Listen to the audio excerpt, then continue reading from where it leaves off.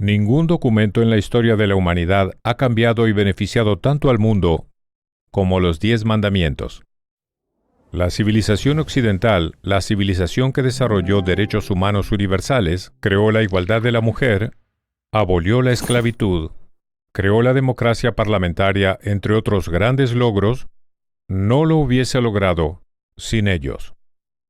Como verán durante la explicación de cada uno de los 10 mandamientos, estos mandamientos tienen la misma importancia en la actualidad que cuando fueron entregados hace 3000 años. De hecho, los 10 mandamientos son tan importantes que son necesarios para la paz mundial y lograr un mundo libre de tiranía y crueldad. Imaginen por un momento un mundo sin robos ni asesinatos. En ese mundo no habría ejércitos, ni policía, ni armas. Hombres, mujeres y niños podrían caminar por donde sea, en cualquier momento del día o la noche, sin temor a ser asesinados o asaltados. Imaginen un mundo donde nadie codicie los bienes ajenos. Un mundo donde los niños honren a su madre y a su padre y prospere la unidad familiar. Un mundo donde las personas obedezcan la orden de no mentir.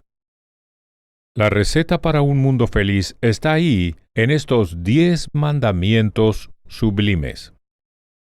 Pero hay un problema. Los 10 mandamientos se predican con la creencia de que fueron entregados por una autoridad superior a cualquier hombre, rey o gobierno. Por eso, la frase previa a los 10 mandamientos afirma lo siguiente: Dios habló todas estas palabras. Si a los mandamientos, con la importancia que tienen, los hubiese anunciado una autoridad humana, cualquier persona podría decir: ¿quién es este hombre Moisés? ¿Quién es este rey o reina? ¿Quién es este gobierno para decirme cómo debo comportarme? Bien, ¿por qué Dios es indispensable para los 10 mandamientos? Porque, para hacer lo más claro posible, si Dios no establece que asesinar es malo, asesinar no es malo. Sí, en la actualidad muchos lo consideran increíble, incluso absurdo. Muchos de ustedes pensarán, ¿este hombre dice que no se puede ser buena persona si no crees en Dios? Permítanme aclarar este punto. No es eso lo que digo. Por supuesto que hay buenas personas que no creen en Dios, así como hay malas personas que sí creen en Él.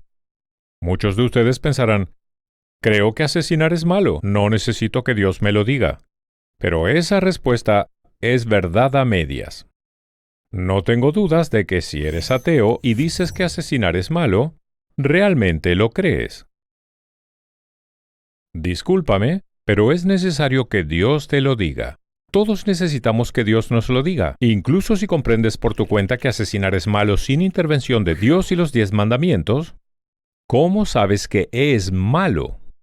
No me refiero a creer que es malo, sino a saber que es malo. Lo cierto es que no puedes, porque sin Dios el bien y el mal son solo creencias personales, opiniones personales. Yo creo que hurtar está bien y tú no. A menos que exista un Dios, la moral dependerá de la opinión y la creencia. Y prácticamente todos los filósofos ateos concuerdan con esto. Otro problema de la idea de que no necesitas de Dios para creer que asesinar es malo es que muchas personas no opinan igual.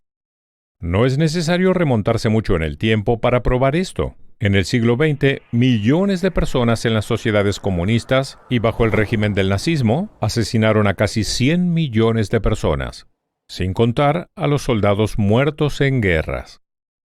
Luego, no estén muy seguros de la capacidad humana para discernir lo que está bien y mal sin una autoridad superior.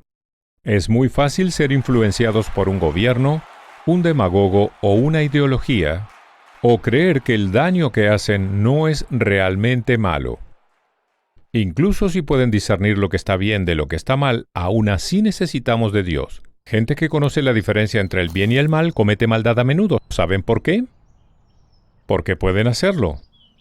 Ellos creen que nadie los observa. Pero si reconocen que Dios es el origen de la moral, creerán que Él siempre está observándonos. Por lo tanto, hasta los ateos querrán que las personas actúen según las leyes morales de los mandamientos. Incluso un ateo debe admitir que cuantas más personas crean que Dios estableció esas leyes, y que no solo es una opinión, mejor será el mundo. En 3000 años, nadie ha diseñado un mejor sistema que el basado en los mandamientos de Dios para lograr un mundo mejor, y nadie lo logrará jamás.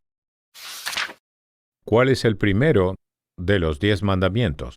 Quizá le parezca una pregunta extraña, pero no lo es. Judíos y cristianos dan respuestas diferentes.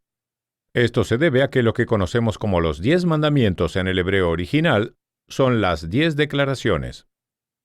Y como el hebreo es el original, comenzaremos con la primera declaración, que todas las religiones comparten y que es: Yo soy el Señor tu Dios, que te saqué de la tierra de Egipto, de la casa de la esclavitud.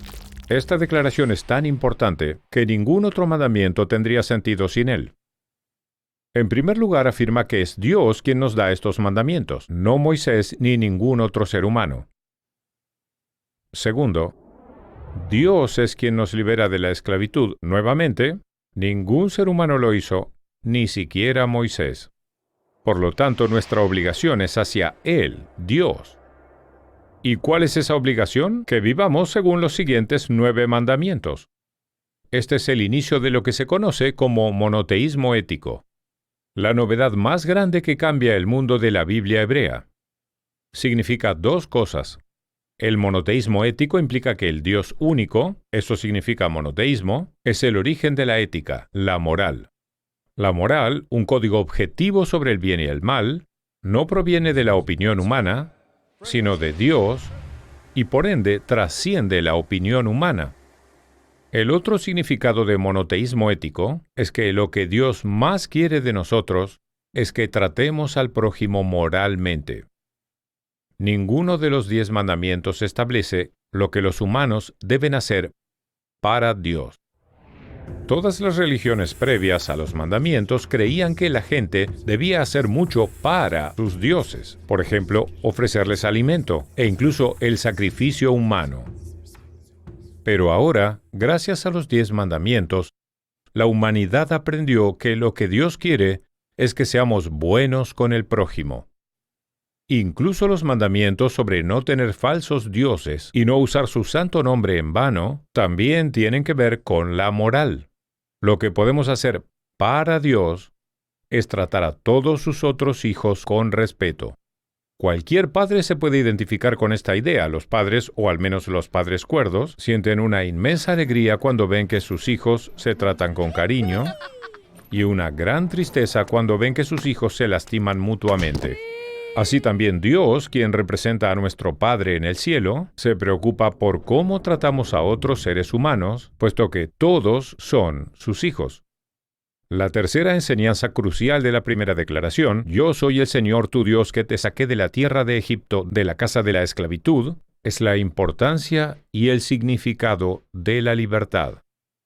Veamos que Dios no dice en la introducción a los 10 mandamientos que Él creó el mundo. Sin duda hubiese tenido mucho sentido que Dios presente los 10 mandamientos con la declaración, Yo soy el Señor tu Dios quien creó el mundo. Al fin y al cabo es muy impactante y hubiese sido lógico decir, Yo creé el mundo, debes escucharme a mí. Pero no. Lo único que declara es que Él sacó a los hijos de Israel de la esclavitud y los liberó. Así demuestra su oposición a la esclavitud y la importancia de la libertad para Él. Los fundadores de Estados Unidos basaron sus ideales en esta creencia de que Dios quiere que seamos libres. Por eso, el símbolo de la Revolución estadounidense, la campana de la libertad, tiene una sola inscripción en ella, un verso de la Biblia hebrea: Proclamaréis libertad en toda la tierra, para todos sus habitantes.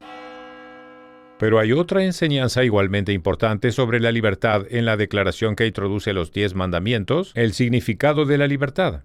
El proveedor de los 10 mandamientos, de hecho, dice, Te saco de la esclavitud y te libero. Y estos 10 mandamientos son el camino para lograr una sociedad libre. No puedes ser libre si haces lo que quieres.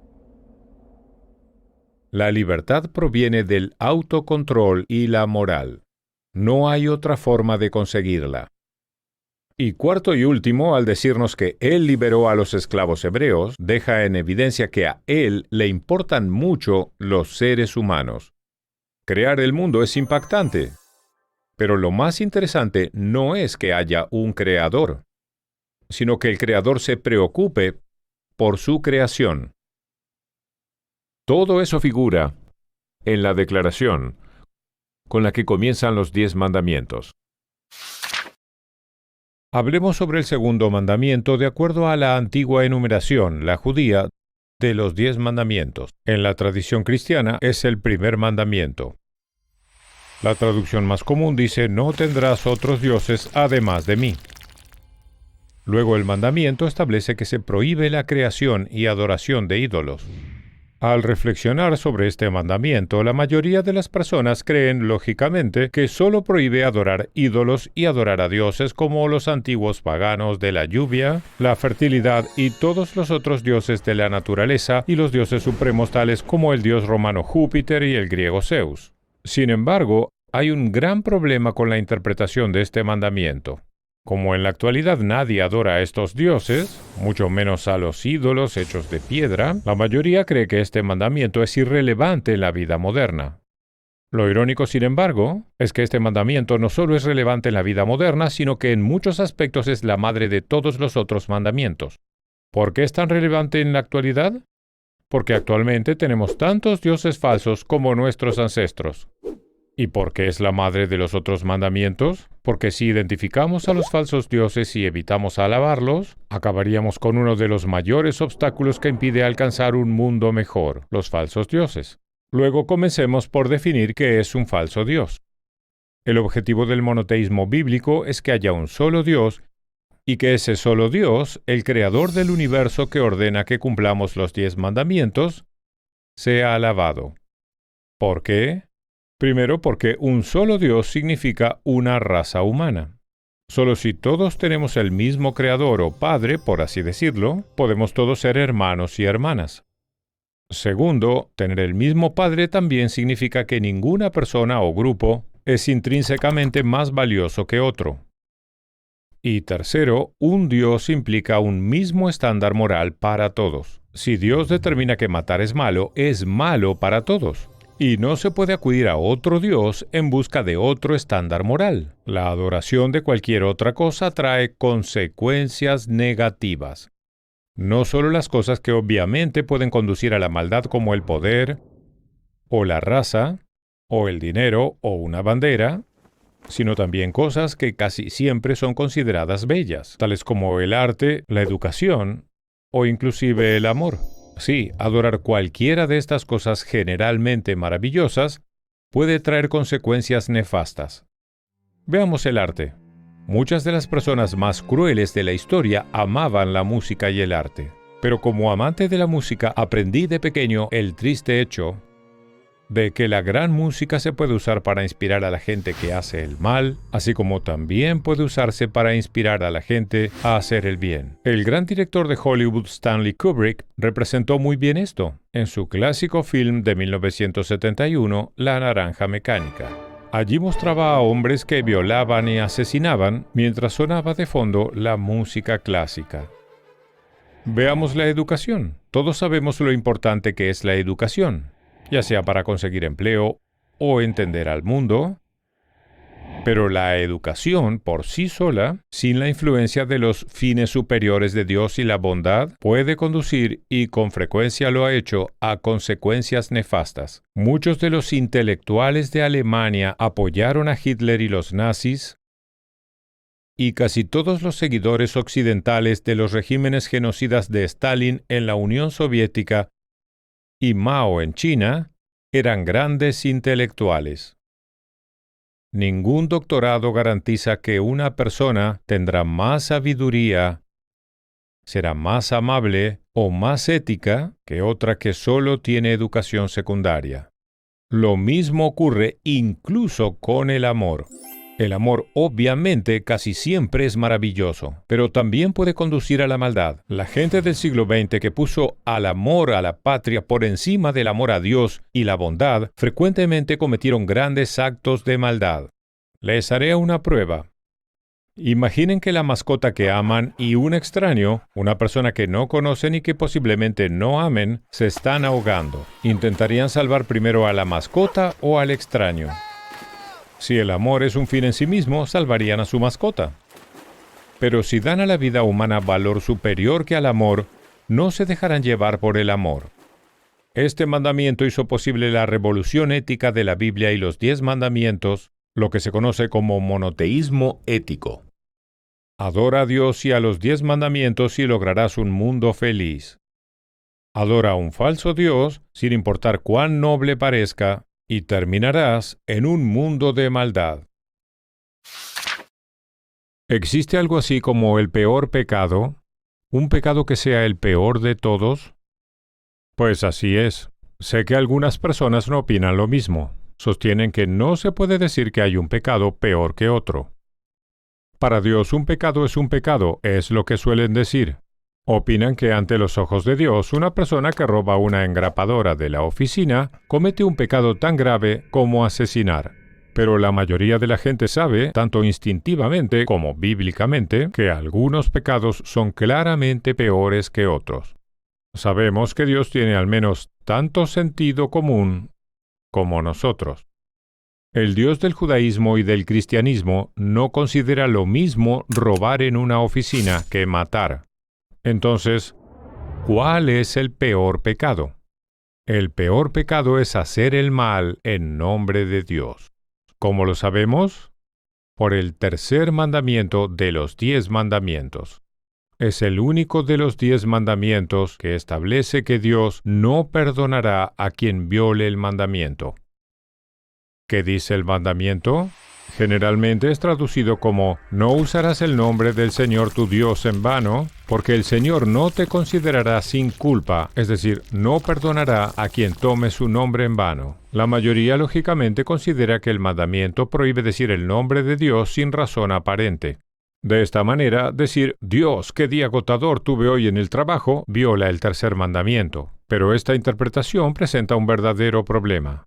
Significaría que mientras Dios podría perdonar el incumplimiento de cualquier otro mandamiento, como deshonrar a los padres, robar, el adulterio e incluso matar, Él nunca podría perdonar a alguien que dijo, «Dios, qué día agotador tuve hoy en el trabajo». Seamos honestos, eso haría que los mandamientos sean incomprensibles desde el punto de vista moral. Pero resulta que el problema no está en el mandamiento, sino en la traducción. El hebreo original no dice no tomes, sino no llevarás.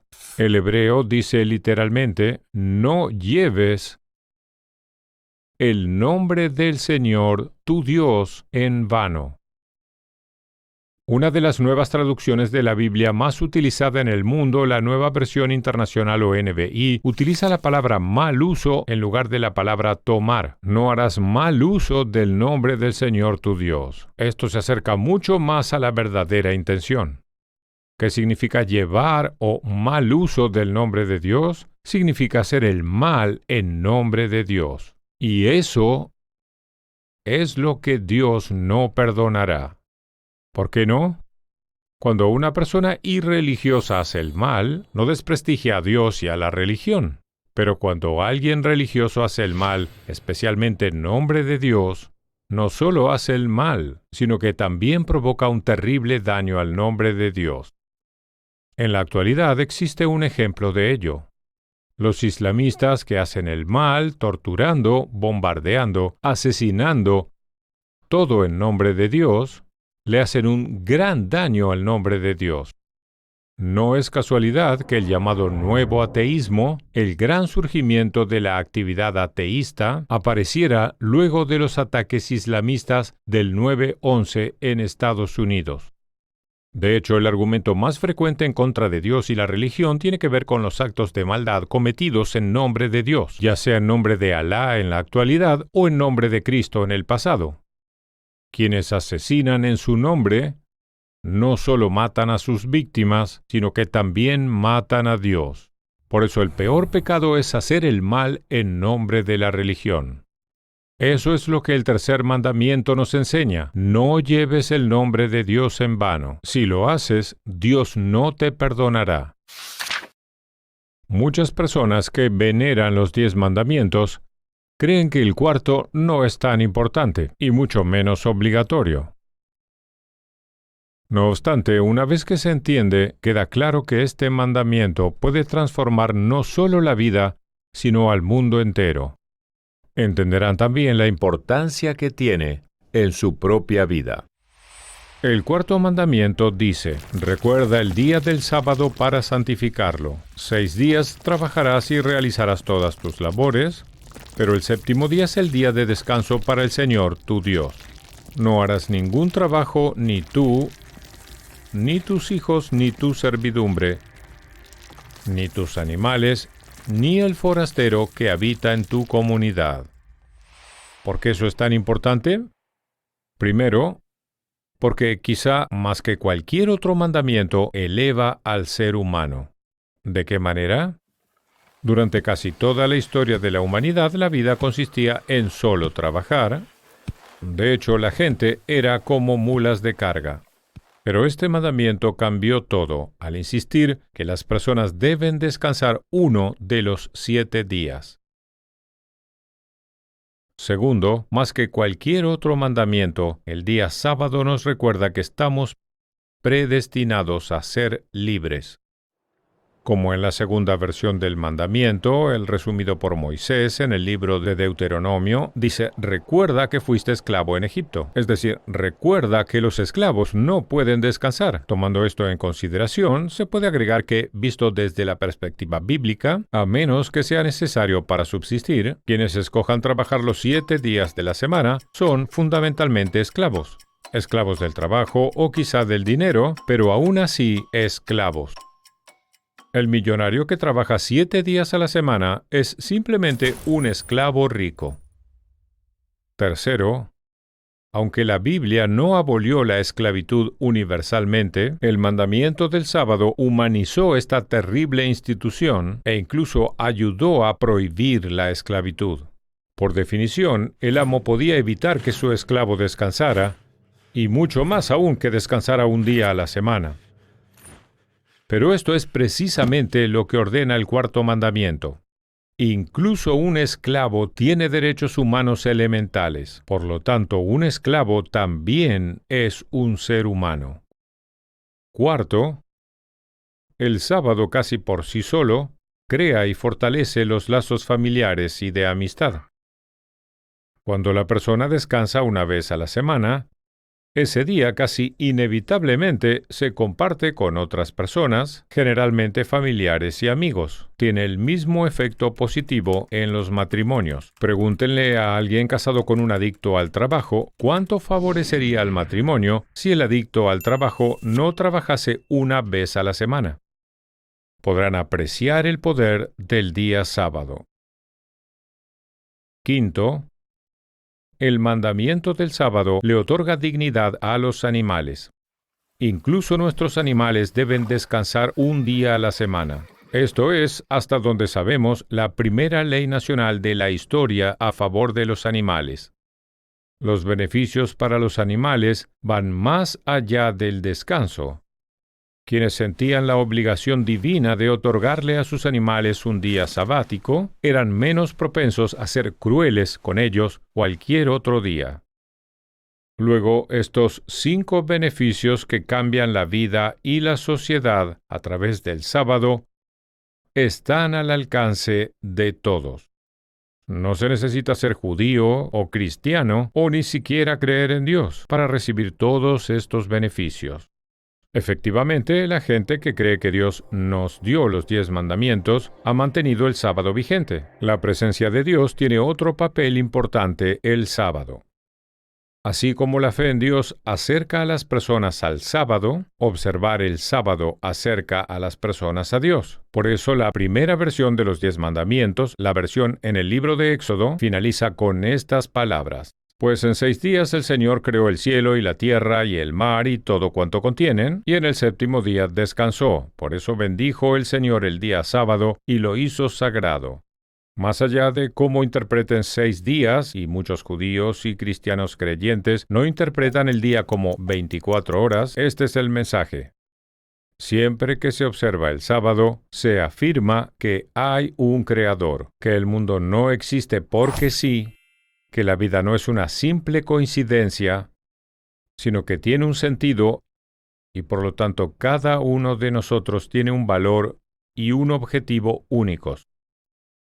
No está mal para un solo día a la semana. Con buena razón el sábado se incluye como uno de los 10 mandamientos. Con buena razón quienes lo observan son más felices y sus relaciones familiares son mejores, tienen más amistades e incluso su salud es mejor. Los invito a probar. El quinto mandamiento dice: honrarás a tu padre y a tu madre. Este mandamiento es tan importante que es uno de los pocos mandamientos de toda la Biblia que nos da motivo para obedecerlo, para que tus días se prolonguen en la tierra que el Señor, tu Dios, te da. Muchos interpretan esta parte del mandamiento como una recompensa. Aunque puede considerarse de esa manera, el hecho es que hay una razón. Si se construye una sociedad donde los hijos honran a sus padres, la sociedad sobrevivirá por mucho tiempo. Lo contrario es que una sociedad donde los hijos no honran a sus padres está condenada a autodestruirse. En esta época, la relación entre honrar a nuestros padres y la supervivencia de la civilización no es reconocida por todos. Al contrario, muchos padres con la mejor educación no creen que sus hijos deban honrarlos, ya que honrar implica una figura autoritaria. Y esa es una condición que muchos padres modernos rechazan. Además, muchos padres quieren que sus hijos los amen, en lugar de que los honren. No obstante, ni los mandamientos ni la Biblia nos ordenan amar a nuestros padres.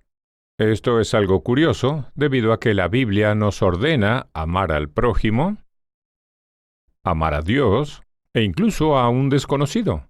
La Biblia comprende que siempre habrá individuos que, por cualquier razón, no podrán amar a sus padres. Por lo tanto, no ordena algo que pudiese resultar psicológica o emocionalmente imposible, pero sí ordena que honremos a nuestros padres. Y ordena esto solo en relación a los padres. La Biblia no ordena honrar a nadie más. Entonces, ¿por qué es tan importante honrar a los padres? ¿Por qué los mandamientos sostienen que la sociedad no podría sobrevivir si este mandamiento no es respetado por todos? Una razón es que, como hijos, lo necesitamos. Los padres quizá quieran ser honrados, de hecho deberían desearlo, pero es necesario que los hijos honren a sus padres. Un padre y una madre que no son honrados son en realidad adultos iguales a sus hijos. No son padres. Nuestra generación conoce mejor que nadie las graves consecuencias de crecer sin un padre. Los niños sin padre tienen más posibilidad de convertirse en criminales al crecer, de maltratar a las mujeres o de ser una amenaza para la sociedad. Las niñas que no tienen un padre a quien honrar, y con suerte para amar también, tienen más tendencia de buscar al hombre equivocado y de ser promiscuas a temprana edad. Segundo, honrando a nuestros padres es como aprendemos que hay una autoridad moral superior a quien debemos rendir cuentas por nuestros actos. Sin esto no podemos crear o mantener una sociedad organizada.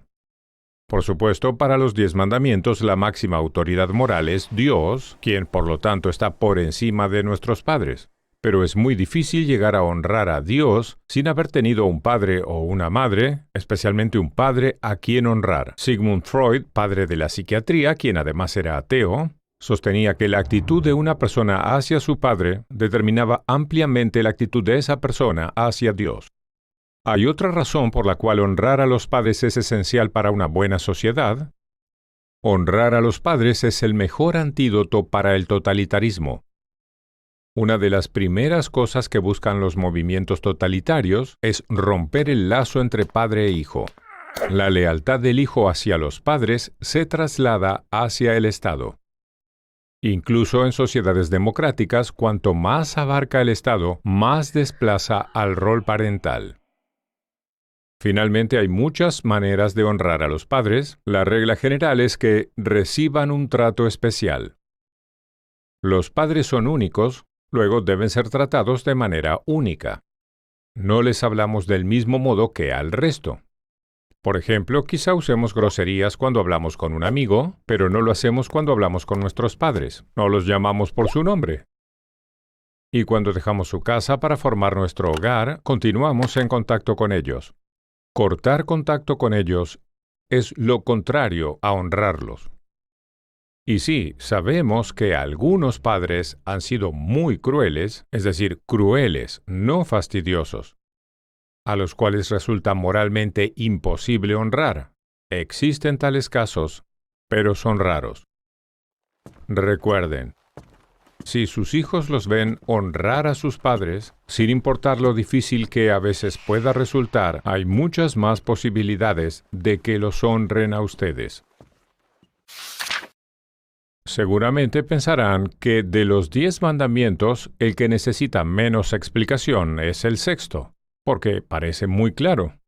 Es el que la Biblia del rey Jacobo, la traducción de la Biblia más comúnmente usada, lo traduce como no matarás. En realidad esto es todo lo contrario. Probablemente este sea el mandamiento más mal interpretado de todos. La razón es que el hebreo original no dice no matar, dice no asesinar. Tanto el hebreo como el inglés y el español tienen dos palabras con referencia a quitar la vida. Una es matar, hahag en hebreo, y la otra es asesinar, ratzach en hebreo. La diferencia entre las dos es enorme. Matar significa, primero, quitar la vida, ya sea humana o animal. Segundo, quitarle la vida a un ser humano intencional o accidentalmente. Tercero, quitarle la vida a un ser humano legal o ilegalmente, moral o inmoralmente. Por otro lado, asesinar solo puede significar una cosa: quitarle la vida a un ser humano ilegal o inmoralmente. Por eso decimos maté un mosquito y no asesiné un mosquito. Por eso diríamos el trabajador se mató de forma accidental y no el trabajador se asesinó de forma accidental.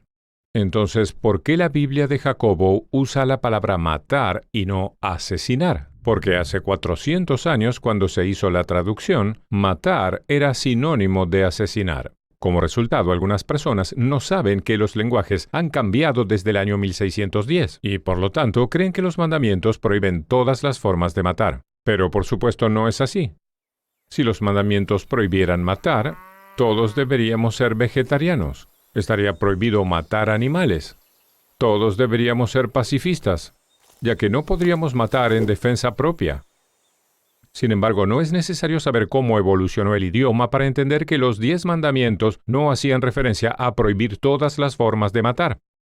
La misma parte de la Biblia que contiene los 10 mandamientos, los 5 libros de Moisés, el Torá como es conocido por los judíos, ordena la pena de muerte por asesinato, pero permite matar en la guerra, aprueba el sacrificio animal y permite comer carne. La interpretación correcta de este mandamiento es de suma importancia, debido a que mientras que prácticamente todas las traducciones modernas lo traducen correctamente como no asesinar, muchas personas citan la traducción del rey Jacobo para justificar dos ideas que no tienen fundamento en la Biblia: la oposición a la pena de muerte y el pacifismo. Con respecto a la pena de muerte y la Biblia, la única ley que figura en cada uno de los 5 libros de Moisés es la que indica que los asesinos deben recibir la pena de muerte. Quienes se oponen a la pena de muerte son libres de opinar que los asesinos tienen derecho a vivir, pero no son libres de citar a la Biblia como justificación a tal idea. Sin embargo, mucha gente lo hace y siempre citan el mandamiento no matar. No obstante, debería haber quedado claro, eso no es lo que el mandamiento dice y por lo tanto es un argumento inválido.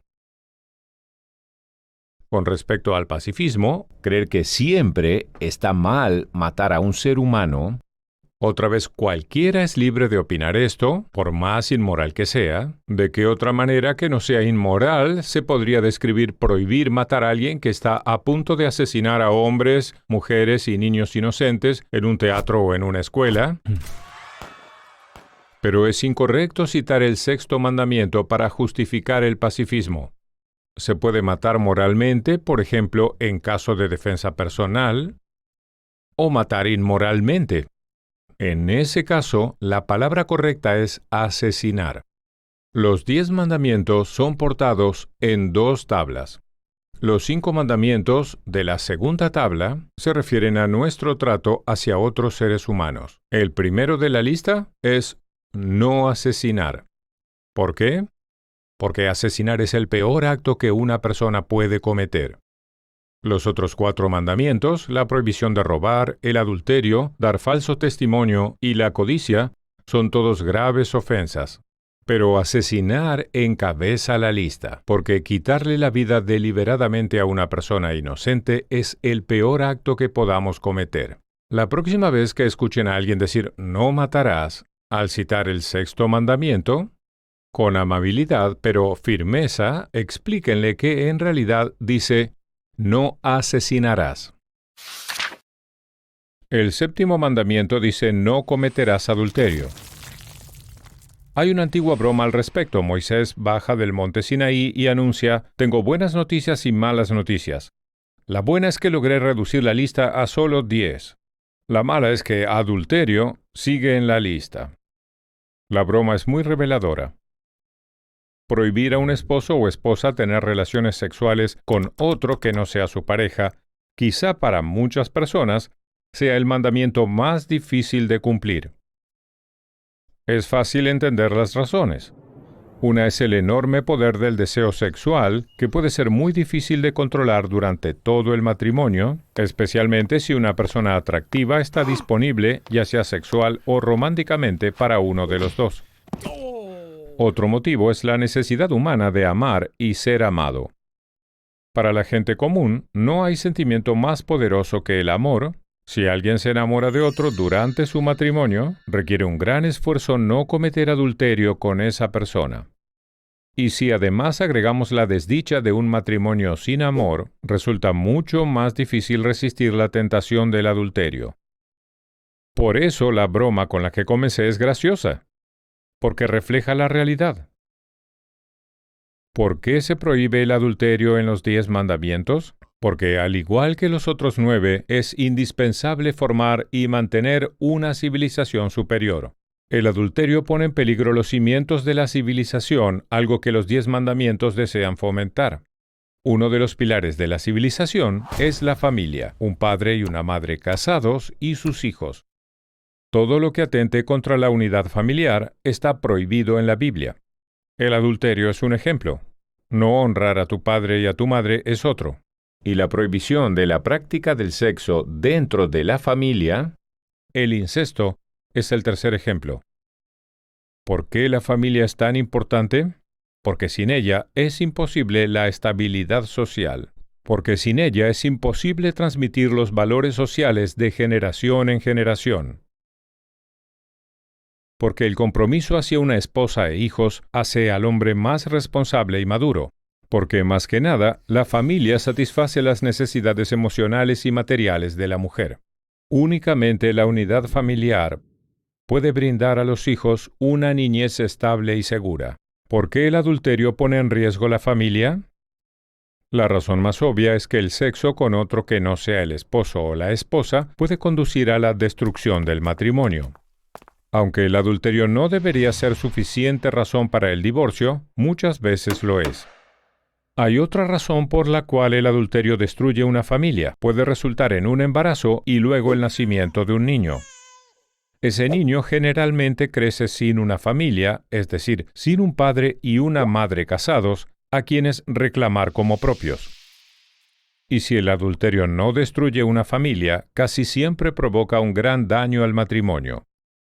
Además de la sensación de traición y pérdida de confianza que genera, significa que quien comete adulterio lleva una vida fraudulenta. Cuando una persona tiene relaciones sexuales con alguien fuera de su matrimonio, siempre está pensando en la otra persona y en cómo continuar engañando a su pareja. El adulterio inevitablemente conduce a una vida llena de mentiras que daña al matrimonio, incluso si la persona afectada desconoce el engaño. Finalmente, el mandamiento que prohíbe el adulterio no tiene un asterisco que aclara que está permitido si ambos esposos lo consienten. Las personas que tienen relaciones sexuales fuera de su matrimonio, aun con el consentimiento de su esposo o esposa, puede que no hieran los sentimientos de su pareja, pero aún así dañan la institución del matrimonio. El motivo de este mandamiento es para proteger a la familia, no evitar el dolor sentimental de los esposos. Muchos matrimonios lamentablemente tienen problemas, y no tenemos derecho de juzgar el comportamiento de otros en este sentido. Nadie sabe lo que sucede en el matrimonio de otro, y si así fuese, quizá comprenderíamos por qué uno u otro buscó el amor fuera del matrimonio. Pero ninguna civilización superior puede formarse o puede perdurar si aprueba el adulterio. Por eso es que está prohibido en los 10 mandamientos. Se podría decir que el 8º mandamiento, no robar, es el mandamiento que abarca a todos los otros. ¿Cómo no robar abarca a los otros mandamientos? Bien, asesinar es robar la vida de otra persona, el adulterio es robar a la esposa o al esposo a otro, la codicia es el deseo de robar lo que le pertenece al otro, dar falso testimonio es robar justicia, y así sucesivamente. Este mandamiento es diferente en otro aspecto. Es el único mandamiento que no tiene límites. Todos los otros mandamientos son específicos. El 5º, por ejemplo, establece que es a nuestros padres a quienes debemos honrar. El 6º, que prohíbe asesinar, se refiere a quitarle la vida a otro ser humano inocente. El 7º, la prohibición del adulterio, también es específico, ya que se refiere a personas casadas. 2 personas solteras no pueden cometer adulterio. Pero el mandamiento que prohíbe robar ni siquiera alude a qué es lo que está prohibido robar, lo que significa que no podemos tomar nada que le pertenezca a otra persona. Eso, a su vez, significa 3 cosas importantes. Primordialmente, el mandamiento que prohíbe robar siempre se ha interpretado como que no se debe robar a otro ser humano, lo que llamamos secuestrar. Por eso, nadie que tenga incluso un conocimiento básico del 8º mandamiento podría usar la Biblia como justificación para la esclavitud en su forma más común, el secuestro y venta de seres humanos como esclavos. Los críticos de la Biblia sostienen que la Biblia permitía la esclavitud, pero el tipo de esclavitud mencionada era en la mayoría de los casos lo que se conocía como servidumbre de fideicomiso, trabajar para otra persona por un determinado periodo de tiempo para saldar una deuda. Eso no tenía nada que ver con secuestrar gente, tal como ocurrió en África y otros lugares. Esto se prohíbe específicamente en el 8º mandamiento. El segundo significado importante de este mandamiento es la santidad de la propiedad ajena. Así como prohíbe robar personas, también prohíbe robar las pertenencias de otro. Se ha demostrado una y otra vez que la propiedad privada, comenzando por la posesión de tierras, es indispensable para crear una sociedad decente y libre. El régimen totalitario quita el derecho a la propiedad privada. En el mundo antiguo y medieval, algunos ricos poseían toda la tierra, mientras que la mayoría de la población trabajaba esa tierra para el enriquecimiento de sus dueños. Y luego, en la Europa del siglo XIX, muchos socialistas sostenían que se debía embargar la propiedad privada y entregársela al pueblo. En los lugares donde se siguió esa idea, conocida como comunismo, el robo de la propiedad rápidamente resultó en robo de la libertad y finalmente el robo de la vida. El tercer significado importante de este mandamiento trata sobre las cosas no materiales que posee una persona: la reputación, la dignidad, la confianza, la propiedad intelectual. Repasémoslos rápidamente. 1. La reputación de una persona. Robar el buen nombre de alguien, ya sea por medio de la difamación, las injurias o los rumores, es una forma particularmente destructiva de robo, porque, a diferencia del dinero o la propiedad, una vez que se roba el buen nombre de una persona, casi siempre es imposible restaurarlo. 2. La dignidad de una persona. El acto de robar la dignidad a alguien se conoce como humillación, y humillar a una persona, especialmente en público, puede provocar un daño irreversible a lo que quizá es la cosa más apreciada que poseemos, nuestra dignidad. 3. La confianza de una persona. Robar la confianza de una persona se conoce como engañar a alguien. De hecho, en hebreo, el término para engañar a alguien es gnevat da'at, que literalmente significa robar el conocimiento. Un ejemplo es inducir engañosamente a alguien para que compre algo, o cuando un agente inmobiliario omite informar a un posible comprador sobre todos los problemas de la casa para poder vendérsela. Otro ejemplo sería cuando alguien engaña a otra persona con falsas declaraciones de amor para conseguir sus bienes o favores sexuales. 4. La propiedad intelectual de una persona. Esta forma de robo incluye desde copiar software o bajar música o películas sin pagar por ellas, hasta robar la palabra de otra persona, lo que se conoce como plagio. Robar una vida, una persona, un esposo, la propiedad material, la propiedad intelectual, la reputación, la dignidad, la confianza. Casi todos los aspectos de la vida son dañados, a veces de manera irreparable, por el acto de robar. Por eso es justo decir que, si todos cumplimos solo uno de los 10 mandamientos, con solo cumplir el mandamiento no robar, lograríamos un mundo mejor. El noveno de los 10 mandamientos es: no mentirás o darás falso testimonio contra tu prójimo. Esto significa dos cosas: no mentir al testificar ante un tribunal y no mentir, punto. Recuerden que para que una acción sea prohibida u ordenada en los 10 mandamientos, debe ser esencial para la construcción de la civilización. Aunque el transporte en burro debió ser muy importante cuando los 10 mandamientos nos fueron dados, no hay ningún mandamiento que ordene transportarse en burro responsablemente. La sociedad puede sobrevivir con gente que no sepa montar un burro, pero no puede subsistir si no se respeta la verdad, tanto dentro como fuera de un tribunal. Si la gente da falso testimonio en un tribunal, no puede haber justicia. Sin la esperanza de justicia, no puede haber civilización. La Biblia hebrea era muy firme en esto.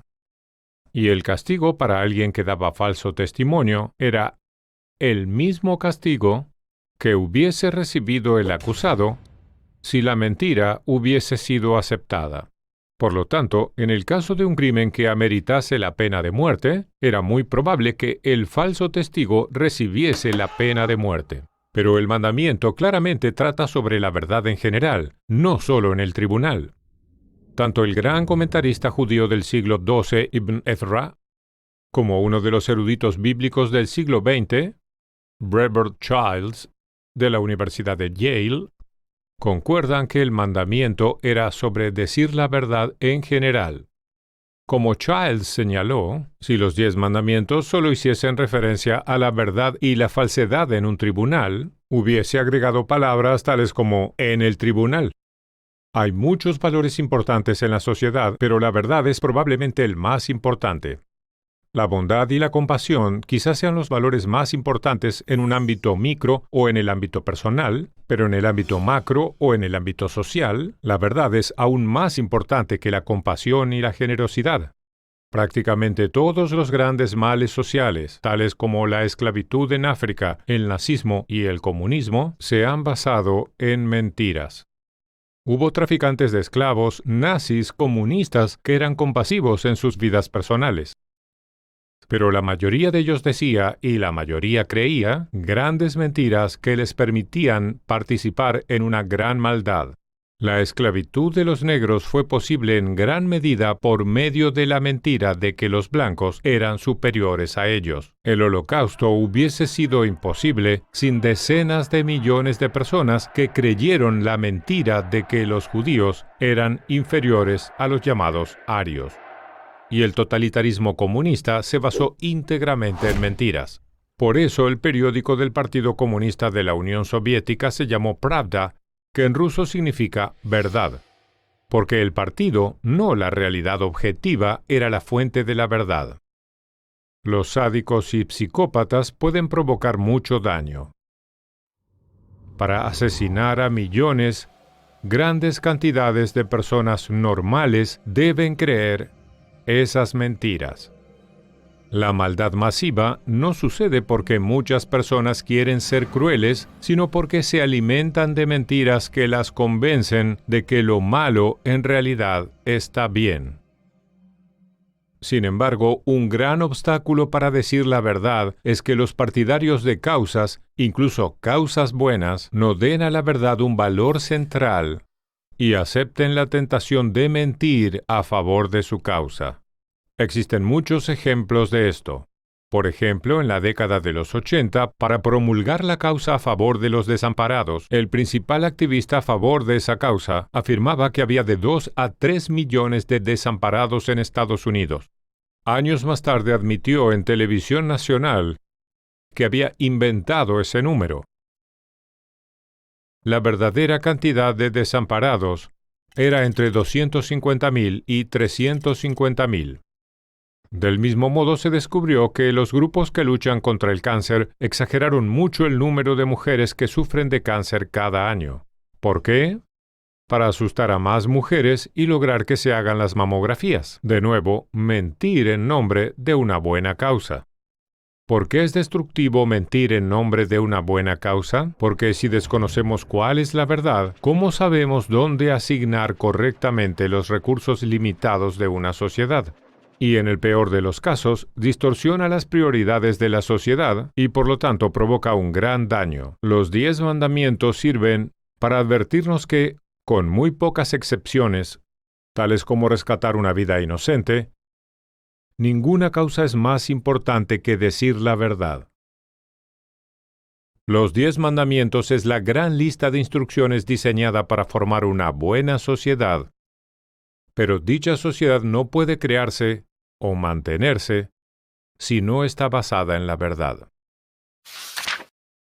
De los 10 mandamientos, el sexto, el séptimo, el octavo y el noveno son los que prohíben actos de maldad: asesinar, cometer adulterio, robar, mentir. Y luego sigue un mandamiento que prohíbe lo que conduce a asesinar, cometer adulterio, robar, mentir. ¿Cuál es? Es el último de los 10. No codiciar lo que le pertenece a otro. Ni su esposo o esposa, su casa, sus sirvientes, sus animales o ninguna de sus propiedades. Para entender este mandamiento en su significado único, lo primero que se debe comprender es que es el único de los mandamientos que sanciona el pensamiento. Todos los otros mandamientos sancionan el comportamiento. De hecho, de las 613 leyes de los 5 libros de Moisés, prácticamente ninguna prohíbe el pensamiento. Entonces, ¿por qué los mandamientos incluyen una ley que prohíbe un pensamiento? Porque la codicia es la que con frecuencia conduce a la maldad. O para decirlo de otra manera, la codicia es lo que lleva a desobedecer los 4 mandamientos anteriores, los que prohíben matar, cometer adulterio, robar, mentir. Piénsenlo. ¿Por qué la gente comete tales actos? Por lo general, porque codician algo que le pertenece a otro. Obviamente, esa es la causa por la cual las personas roban. Los ladrones codician la propiedad de la víctima. Pero también es la causa de muchos asesinatos. Y la codicia es obviamente la causa para cometer adulterio, querer al esposo o la esposa de otra persona. En cuanto a mentir o dar falso testimonio en el idioma de los mandamientos, se hace para encubrir todos los otros delitos que son causados por la codicia. Pero para entender por qué la codicia es el único pensamiento que está prohibido en los 10 mandamientos y uno de los únicos pensamientos prohibidos en toda la Biblia hebrea, es necesario entender lo que significa codiciar y también lo que no significa. Codiciar es mucho más que querer. El verbo hebreo lahmod significa desear al punto de buscar, quitar y apropiarnos de algo que le pertenece a otro. Vean que hay 2 elementos imperativos aquí: buscar para poseer y que le pertenece a otra persona. Buscar para poseer no implica simplemente envidiar o, en el caso de la esposa o el esposo del vecino, solo desear. Ni la envidia ni la lujuria están prohibidos en los 10 mandamientos. La envidia y la lujuria descontroladas sin duda conducen a hacer cosas malas, y ambas pueden ser psicológica y sentimentalmente destructivas, pero ninguna de ellas está prohibida en los 10 mandamientos. ¿Por qué? Porque ninguna es igual a la codicia. Es la codicia la que casi inevitablemente conduce a robar, a cometer adulterio y a veces incluso a matar. Permítanme explicarlo de otra manera. El 10º mandamiento no prohíbe decir, «Oh, qué hermosa casa, o auto, o esposa tiene mi vecino. Me gustaría una casa, o un auto, o una esposa así». Eso quizá termine siendo algo destructivo, pero quizá también termine siendo constructivo. ¿Cómo? Quizá lo estimule a trabajar más duro y mejorar su vida para conseguir una casa, un auto o una esposa como la del vecino. Es cuando uno quiere y busca apropiarse de esa casa, auto o esposa que le pertenecen a otro que ocurre la maldad. Y eso es lo que prohíbe el 10º mandamiento. Por lo tanto, uno de estos 10 mandamientos, estas 10 reglas básicas de la vida, es que simplemente no se debe codiciar lo que le pertenece al prójimo. Todo lo que le pertenezca a esa otra persona debe considerarse sagrado. No podemos buscar poseer algo que le pertenece a otro, porque solo cosas malas pueden resultar. Soy Dennis Prager. Únase a Universidad Prager, suscríbase a nuestro canal en YouTube y regístrese de manera gratuita en prageru.com.